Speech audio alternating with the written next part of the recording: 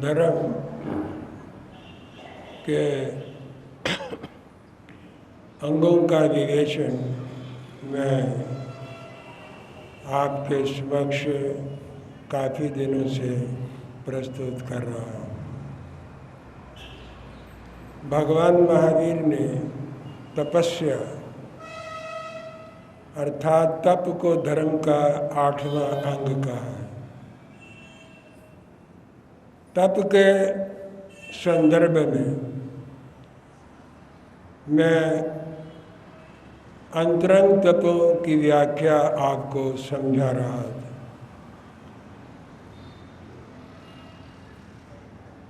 प्रायश्चित, विनय और वैयावृत्त सेवा ये धर्म के महत्वपूर्ण अंग हैं। इसके अतिरिक्त भगवान महावीर ने स्वाध्याय को धर्म का एक बहुत बड़ा लक्षण कहा है। जो व्यक्ति स्वाध्याय करता है वे व्यक्ति धार्मिक होता है।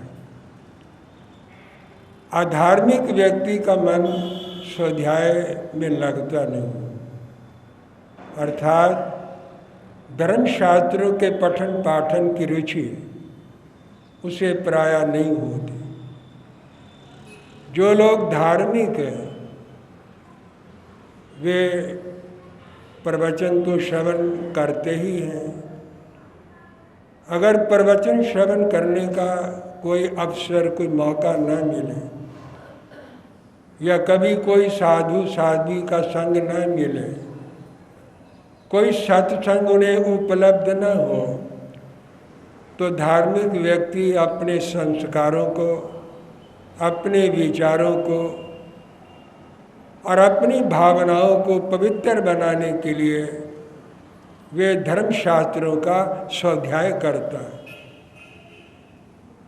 गुरु कभी कभी मिलता है, लेकिन गुरु की वाणी, गुरु के उपदेश और उनके विचार हमें धर्म पुस्तकों और धर्मशास्त्रों के रूप में सर्वत्र उपलब्ध हो सकते।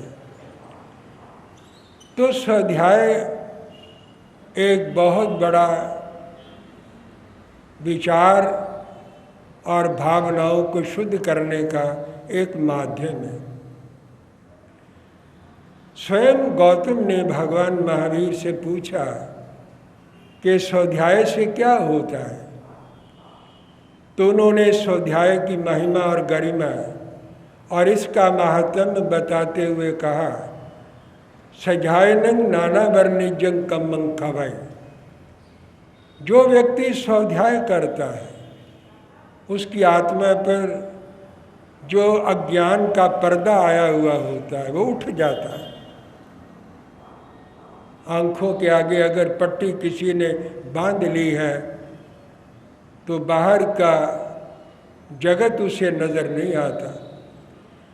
जब आँखों के ऊपर से पट्टी खुल जाती है, पर्दा उठ जाता है, तो हर चीज़ क्लियर हो जाती है, स्पष्ट हो जाता है।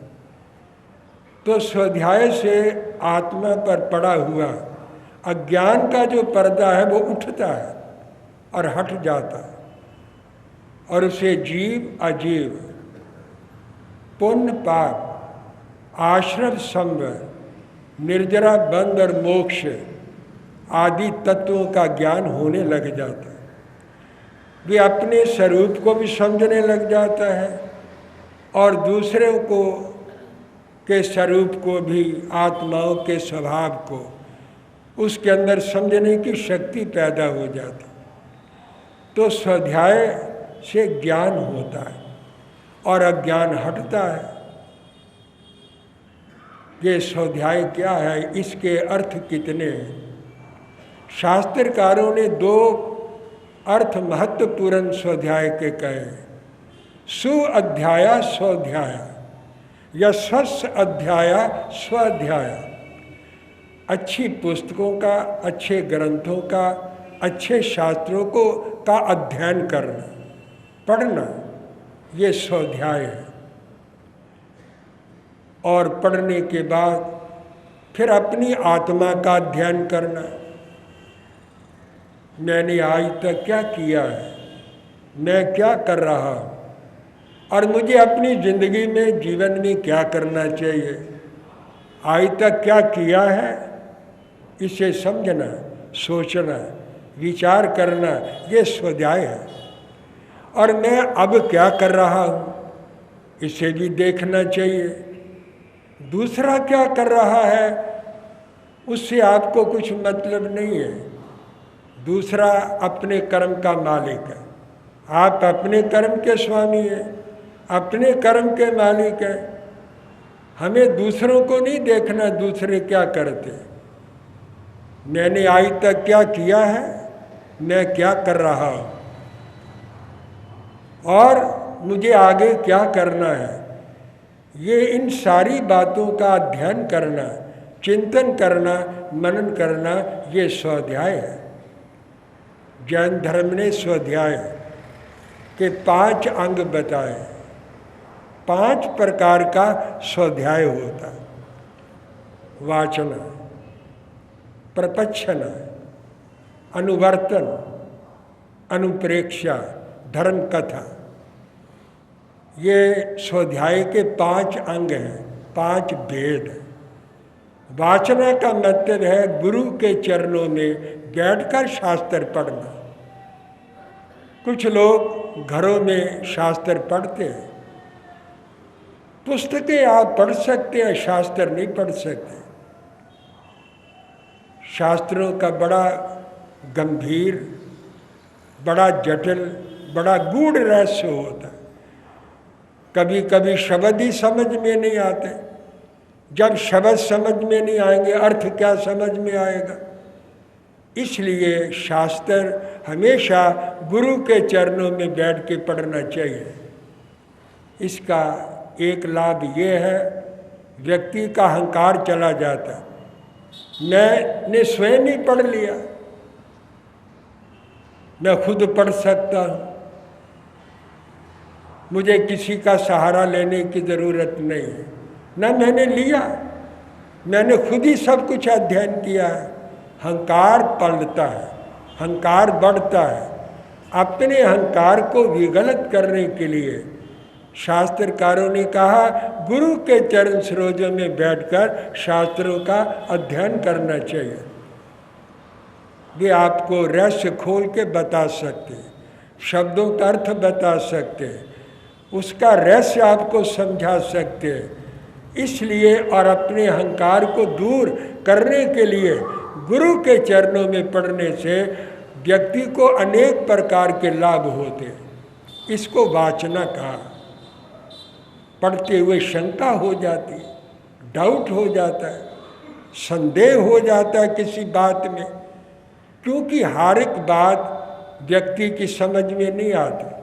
आखिर मति है, बुद्धि है, बुद्धि सीमित होती है, कॉन्फाइंड होती है, लिमिटेड होती है। बुद्धि हर तत्व को नहीं समझ सकती।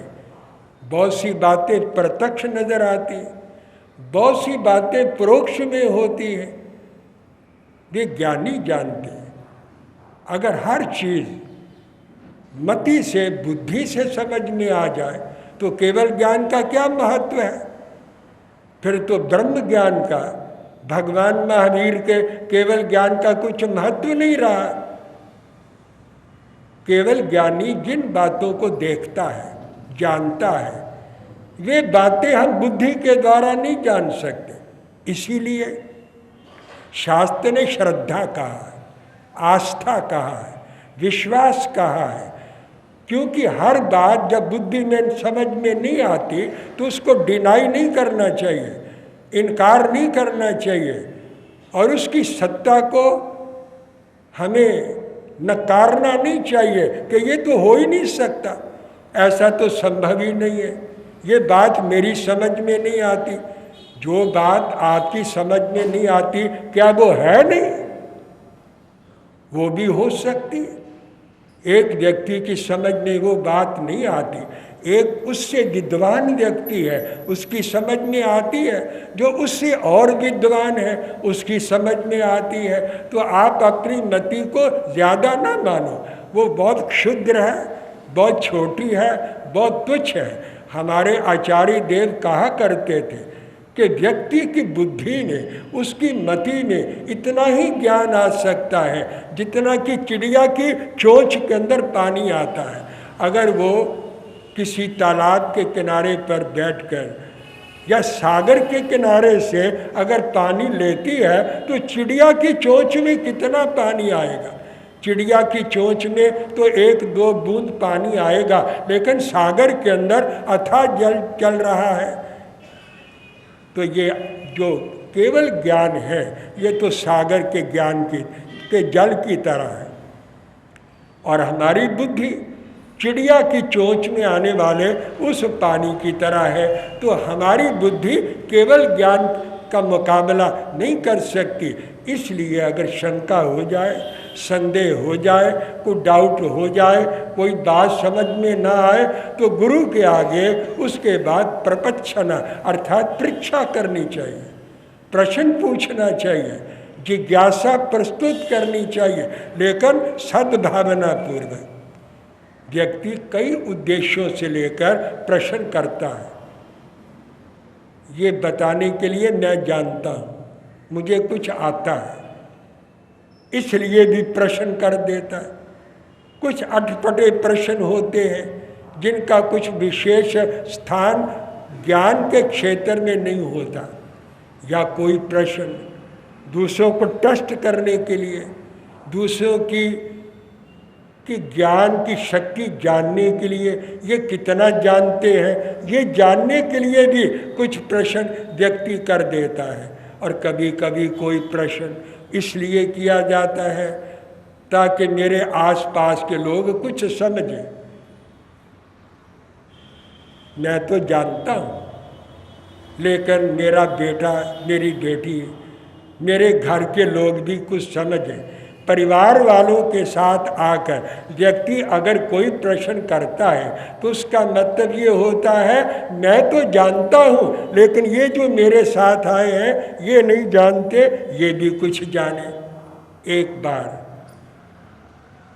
एक बंधु अपने परिवार के साथ आए, उसके पुत्र का अभी अभी विवाह हुआ था, पुत्र वधू भी साथ थे, और वो आकर के बैठे और उसने एक प्रश्न किया और अपने लड़के को कहा मैंने जो प्रश्न किया है गुरुजी जो इसका उत्तर दे ध्यान से सुनना। मैं समझ गया कि ये खुद नहीं जानना चाहता, ये जो बात अपने पुत्र को कहता है, पुत्र वधू को कहता है, उसके ऊपर ये ध्यान नहीं देते, उनकी बातों को ये सुनते नहीं और उसके ऊपर कोई ध्यान न देकर उस बात को आई गई कर देते।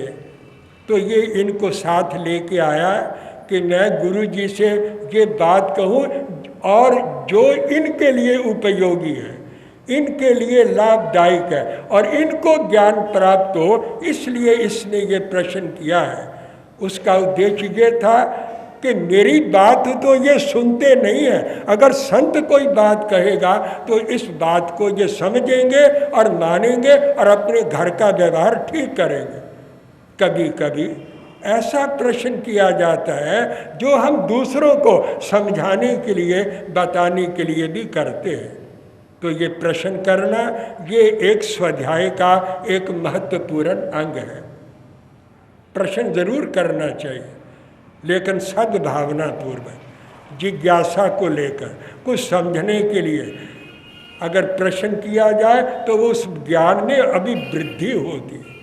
तीसरा धर्म का अंग है अनुवर्तन अर्थात परावर्तन या रिवाइज करना, ज्ञान को दोहराना। ज्ञान को दोहराने से ज्ञान भूलता नहीं, तरोताज़ा रहता, टिका रहता, बल्कि और बढ़ता है, उसमें परिष्कार होता है। धन देने से धन घट जाता है, विद्या देने से विद्या बढ़ जाती है, ज्ञान देने से ज्ञान बढ़ जाता है और उसमें अभिवृद्धि होती है और नई नई और बातों का आविष्कार होता है। तो ज्ञान का अनुवर्तन करते रहना चाहिए, रिवाइज करते रहना चाहिए, उसका रिवीजन चलता रहे तो ज्ञान विस्मृत नहीं होता। चौथी चीज़ है अनुप्रेक्षा, चिंतन मनन करना। मैंने क्या पढ़ा है इस पर सोचना और उसे संस्कारों में लाना, विचारों में लाना, जीवन में ढालना, जीवन में उतारना। जो ज्ञान वाणी में है वो केवल कहने के लिए है, वो वाणी विलास होता है। जो ज्ञान संस्कारों में आ जाता है वो ज्ञान आचरण में आ सकता है। संस्कार ही आचरण बनाते हैं, तो आचरण से उस ज्ञान से अपने को लाभ पहुंचता है, बोलने से दूसरों को लाभ पहुंचता है। एक व्यक्ति अपनी आँख में अंजन डालता है, उसका सौंदर्य बढ़ता है, दृष्टि बढ़ती है, निरोगता बढ़ती है। आँख निरोग होती है, सौंदर्य बढ़ जाता है और दृष्टि नज़र बढ़ जाती है। अगर आप अपनी आँख में अंजन ना डालकर, काजल ना डालकर दूसरे की आँख में काजल डालेंगे तो आपको क्या लाभ होगा? आपको तो कोई लाभ नहीं होगा, लाभ तो दूसरे को है। ज्ञान एक ऐसा अंजन है जो अपने अंदर डाला जाए तो अपनी दृष्टि बढ़ती है, ज्ञान बढ़ता है, विवेक बढ़ता है, संस्कार शुद्ध होते हैं, आचरण के अंदर वो चीज़ आती है और आचरण में आने के बाद अपने ज्ञान का अपने को लाभ पहुंचता है। इसलिए भगवान महावीर ने स्वाध्याय का जो चौथा अंग कहा है वो अनुप्रेक्षा। अनुप्रेक्षा का मतलब जो ज्ञान पढ़ा है ग्रंथों में, शास्त्रों में, उसकी गहराई में जाना, तब उसके अंतस्थल तक पहुंचना और उसको जीवन के अंदर उतारना, जीवन में ढालना, चिंतन मनन में लेकर के आना। लोग चिंतन मनन कम करते हैं, पाठ तो करते हैं, पाठ तो बहुत लोग करते हैं, जाप भी बहुत लोग करते हैं, तप भी बहुत लोग करते हैं, लेकिन मैंने देखा है स्वभाव नहीं बदलता, नेचर नहीं बदलती, ख्यालात नहीं बदलते, जैसे के वैसे ही नज़र आते हैं, कोरे के कोरे। क्यों कोरे के कोरे नज़र आते हैं? एक रूटीन है, पाठ कर रहे हैं, जाप कर रहे हैं, तप कर रहे हैं, लेकिन चिंतन मनन है नहीं। जब तक चिंतन मनन नहीं होगा नेचर नहीं बदलेगी, स्वभाव नहीं बदलेगा, अंदर के विकार नहीं जाएंगे और व्यक्ति वहीं का वहीं खड़ा रहेगा, तो उसके अंदर विकास कभी नहीं हो सकता। अनुप्रेक्षा और चिंतन मनन करने से व्यक्ति के अंदर विकास होता है और उसके अंदर परिवर्तन आता है। पांचवा धर्म का इस स्वाध्याय का अंग है धर्म कथा। ये जो मैं बोल रहा हूँ आप सुन रहे हैं, ये स्वाध्याय हो रहा है, इसे भी स्वाध्याय कहते हैं।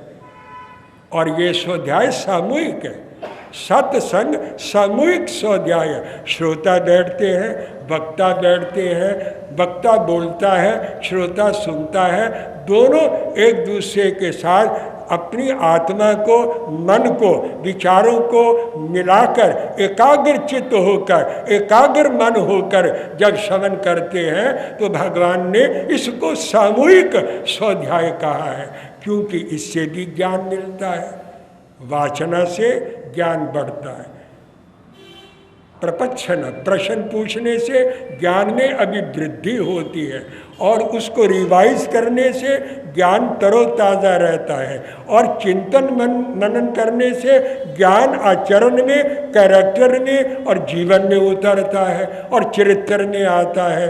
और श्रवण करने से सामूहिक रूप से फिर व्यक्ति का ज्ञान आत्मा के अंदर उतरता है और व्यक्ति ज्ञान के साथ अपने मन को, वाणी को, शरीर को, तीनों योगों को जोड़ करके ज्ञान की आराधना करता है।